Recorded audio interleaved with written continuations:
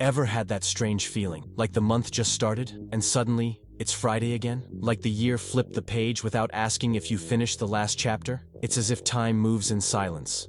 No alarms, no announcements, just slipping away, day after day, while you run, but don't move forward. You wake up, grab your phone, watch other people's lives scroll by on the screen, and before you know it, part of your day is gone. But the hardest part isn't watching time pass. It's realizing you're not really living inside it. Sometimes the emptiness doesn't come from having nothing to do. It comes from doing too much, without knowing why, from checking boxes, filling calendars, but never filling your soul. Time doesn't shout, it whispers, it watches, and it moves on, with or without you. So pause for a second, take a deep breath, and ask yourself honestly, what did you do with your time today?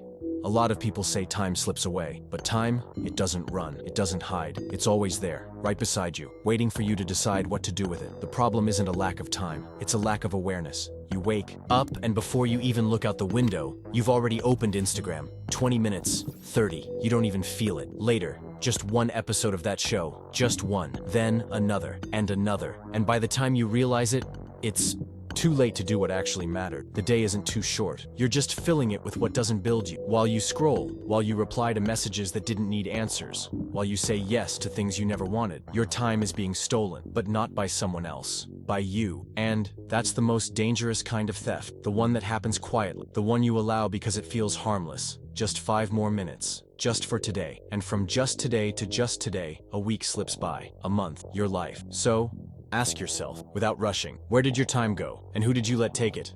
You don't feel time slipping away because you've been taught to see it as numbers, hours, minutes, seconds, but time isn't measurement, time is value. Think about it. Would you hand a stranger $1,000 on the street? Then why give an hour of your life to something that gives you nothing in return? Why keep watching what doesn't change you? Why listen to what doesn't lift you? Why stay around what drains you? Every click, every conversation, every choice is a transaction. You're not just spending minutes, you're investing pieces of your life. So what's the return? What do you actually get back from what you give away? You may not control how much time you have, but you do control how you use it, and that changes everything. Think of your time as a vault. Are you filling it with value, or leaving it open for anyone to steal? Your time is the only currency that never comes back. How have you been spending yours? Imagine every day is an empty jar. Now picture everything you need to do as rocks, pebbles, and sand. The rocks are what truly matters. Your health, your family, meaningful work, your dreams. The pebbles, necessary tasks, but not life-changing. And the sand, that's the distractions. Social media, endless news, noise. If you start your day by pouring in the sand, there's no room left for anything else. But if you start with the rocks, you'll always find space for the rest. That's how time works. You don't need more hours. You need more intention. Begin your day with the rocks. Even just one. A real conversation. A 15-minute workout. A single page written. Do what matters. And let the rest fall into place. Time doesn't need to be controlled. It needs to be filled with purpose.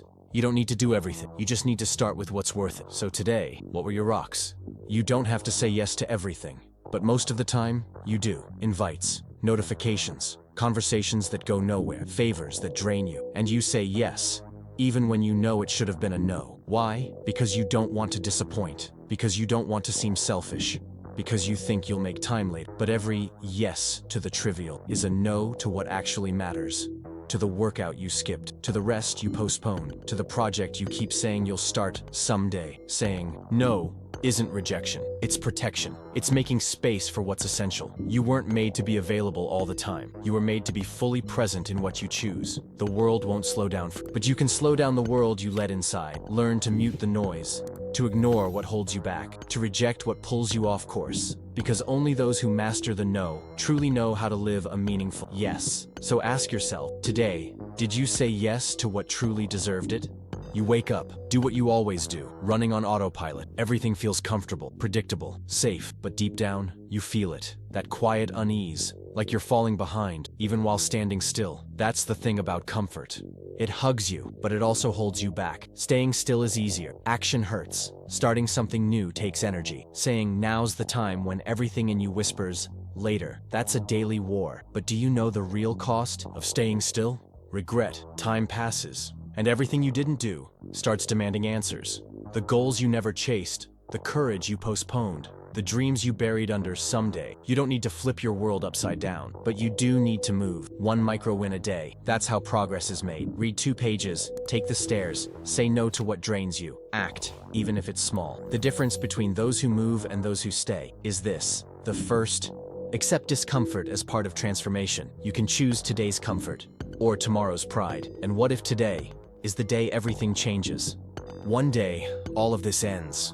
The time that once felt infinite becomes memory, becomes history, becomes legacy. The question is, what are you leaving behind? Every choice you make now builds what comes next. The future doesn't happen by chance. It grows from the present, from what you do when no one's watching, from what you decide even without certainty. There is no perfect tomorrow, only now, only this moment, this window, this step. You don't need all the answers. You don't need everything ready, but you do need to start now, because waiting longer is handing your days over to emptiness. Once you understand this, you'll stop wasting time on what doesn't matter. You'll stop living like you have extra lives. What you do today becomes the life you'll live tomorrow, becomes the story people will tell about you, or the one you'll tell yourself, with regret or with pride. So ask yourself, if today were your final chapter, would it be worth reading, worth remembering? Time passes, but what you do with it stays. And if your time ended tomorrow, would you be proud of what you did today?